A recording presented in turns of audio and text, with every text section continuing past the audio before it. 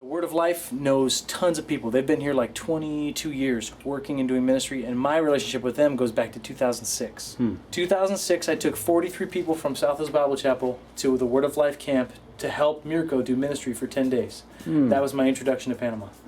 And so the relationship just developed until 2011. I was invited back to speak at a youth camp during this time of year, and Mirko said, I want you to bring your wife and kids. And at the end of that week, he said, I want you to pray about something for me, helping me start churches. Nice. So we're here, standing here in Panama. Hey guys, Paul Danner here. We are filming this at the end of a thunderstorm. You're gonna hear some thunder rolling in the background, but we're trying to get this in before the rain comes again. We're doing something a little bit different today. We're trying to raise some money for my friend who is a missionary in Panama, and he's now the director of the Word of Life camp in Panama. So John and I have been talking recently, and I asked him to share a little bit with me about the camp and what actually it is that they do. And so I'm just going to read from you an email that I got from John. John says, Word of Life is a global youth mission organization. In Panama, our team of 30 global workers is dedicated to sharing the greatest message of hope that there is. We share Christ's love with little kids up to young adults, everywhere from the city to the jungles of Panama, and we've been here almost 30 years. And our campground is basically our biggest ministry tool. We have an office headquarters in Panama City that also serves as a strategic ministry tool for churches, pastors, and other ministry trainings. Due to our position of working alongside of churches and pastors, we have been able to help churches reach young people all over this country. We really believe God has tremendous plans for this ministry in the near future, and we are just waiting for the end of the government restrictions that have been happening for over a year and a half. We are waiting to be able to get back into public schools and have camps for kids and many other events. In the meantime, we are just trying to be ready for that moment. And as you guys know, COVID has been hard on everyone. They have been shut down for a year and a half. The camp has been shut down. They have not been allowed to have people there.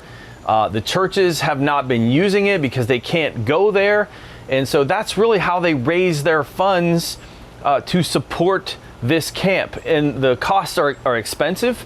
It costs around $7,500 a month just to pay the staff and for the bills to run the camp. And so what we're trying to do is raise money in this COVID period while they're still shut down. My goal is to cover 1 month's rent for them. And so ScannerDanner LLC is going to offer a matched contribution from you guys. And so we'll match dollar for dollar. Anything that you guys give, we'll match up to $4,000. And so if we can do that together, that would be an $8,000 amount that we can hand to them to say, hey, breathe easy for a month until we can open this back up and start serving people again. There was other things too that Caleb's going to pull in here as I'm talking, where we met the founder of the Word of Life camp, Mirko, who is unfortunately no longer with us. And I'll have Caleb read the statement on the Word of Life camp and their kind of mission statement, where it all started. And when we were there, we met a lot of people. One in particular, his name was Ruben.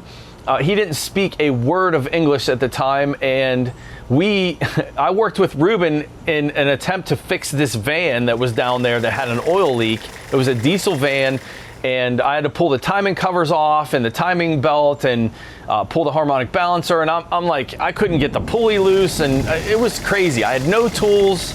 But we were able to fix it. It was awesome to be able to give back in that way. And I hope in the future that I can take my family back there again and bring you guys along with us. Let's hear from Caleb what the Word of Life camp meant to him as a youth. And then I'll talk about at the end how to give. I actually got to go to Panama twice. I went once with my family when I was about 14 years old, and then again when I was 15. And I went with my old church as a youth group. We went to just help serve, and I actually got to be a part of a team of people who put on this drama, and we went to different schools and stuff like that. And I don't know if they still do the same drama, but it was a really wonderful experience, just kind of depicting some of the struggles going on in that country and preaching the gospel message through that. And that's They do so much more than just that, so I want to read a little bit from the website, and it says, Word of Life Panama was founded in 1992 by Mirko and Tracy. In 2017, after 25 years of fruitful ministry, Mirko was suddenly called home to heaven. His legacy and love for the gospel continues on through the Word of Life Panama team. In 2019, John and Bianca Fowler, along with their 3 boys, joined Word of Life family when John accepted the position as new director of Word of Life Panama. One of the highlights of Word of Life ministry is summer camp, attracting as many as 1,500 young people attending each year. Throughout the year, ministry also includes Bible clubs, drama presentations, and children's shows, as well as sports marathons and other evangelistic outreaches. They also minister with orphanages and indigenous tribes. So when I was there, I got to experience a little bit of a taste of kind of all of their different ministries. I got to see different Bible studies they put on. They had kids from an orphanage come and play games all day, and in everything they did, the gospel was presented, and I could very clearly see how much Word of Life Panama really helps the surrounding area and the people there. So if you feel it on your heart to give, I think this is a great ministry to invest in, because they truly are preaching the gospel and helping each and every person they come in contact with. To give to this cause, we're going to include a link down below that you guys can click on. That'll be a direct giving page to this organization. And what I need from you to keep track of your donations, there is a box that says summary, and in that box, what I need you guys to put in there is just simply SD. And so that will allow us to keep track of you, and then we can compile all of that information, and then we can do the match contribution that way. And so I'm hoping that we can make this happen. Again, my goal is to raise $8,000. We're gonna put up the 4, and we're asking for 4 from my community. And if you feel so led, of course, give beyond this to this ministry. I stand behind this one 100%. This is my personal friend that runs this, and just looking forward to hearing your comments and seeing the support. And let's make this happen for them in this time of need with COVID shutting things down. And let's just pray for them too. If you can't give, pray for them. Pray for this ministry. Pray for the gospel. We are told to go into the world and preach the gospel. That is our mission here, and it is our mission to live that way and be light and salt to the world around us. That is our mission. That is our duty. That stands with what we believe here at ScannerDanner and what my friend John believes down at Word of Life Panama. Guys, thank you so much. We appreciate the support, and we'll see you next time. Here, get out of that mosquito net. Talk to me for a second. Do you know what we're doing today? Yeah. This is my daughter, May. What are we doing today? Do you know? Going to the camp. Going to the camp to do what? Serve, I think. To serve, that's right. We're going to help the people that serve the kids all summer. We're going to serve them. So you said a lot of missionaries say there's no need in Latin America anymore. Why would they say that? It's been saturated by Christian missionaries? Well, there's a couple reasons. First, like, Catholicism showed up here 500 years ago. Catholicism's been here for 500 years in theory, but in reality, like, Christianity and really talking about discipleship, that's been absent. There's Christians who have come down who've done ministry, introduced people to Christ, but there's so much more work to be done. This is the road into the camp? There's 2 more turns. Yeah, this is the road. This road goes to the very end of Punta Chame, which is, you can see the city from Punta Chame.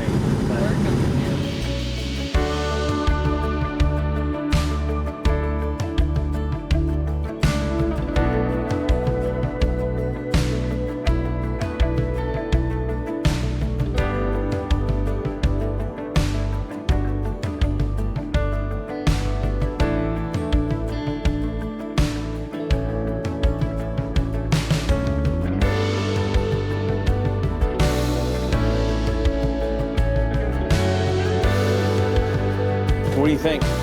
It's beautiful here, isn't it? John, how are you, man? This is Mirko. Yeah, Mirko, Paul. How you doing? Nice to meet you. Good to meet you too. Yeah. His family's here this week to help. Heard a lot about you. Okay. And Mirko, I have a pretty big audience on YouTube, so we're gonna put you on YouTube and see if we can get some other people involved in helping out. And Great. I hope my face doesn't scare anybody. you seem to be a target on this whole process, so Okay. we'll see how it That's goes. great. Yeah. appreciate that, and you guys are welcome. Yeah, so if you think Paul's about cars, you should see him about the Lord.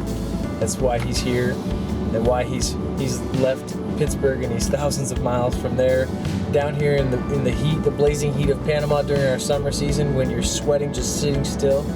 And he's looking for ways to help us start the ministry and build connections. So, you know, we're sitting out here in this random neighborhood waiting to work on a car, just so we can help one of the local pastors with his relationships and learning how to take the gifts he's given you and give them back. That's exactly what I'm trying to do. And I know this is really weird for you guys, but you know, this is who I am, and this is me giving back, and I'm not ashamed of my faith. I'm not ashamed of it. This is what makes me tick. You know, all this other stuff is going away. Money, resources, homes, life. There's more to come. For me, it's about not storing up my treasures on earth. It's about storing up my treasures in heaven, where moth and rust do not destroy. And we're talking about eternal treasures, and I think those are built and earned by helping others and sharing the gospel and really showing people what truth is. Any other thoughts? I just think it's cool for people to know that your audience is used to hearing about cars and used to seeing you talk about other stuff, but I think it's neat for them to see a personal side, or a deeper personal side of your core.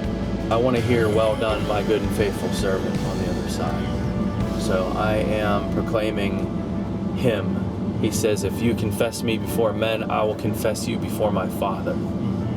That's what I'm doing right now. I am confessing the name of my Lord Jesus Christ. A name that is above every other name. It's cool.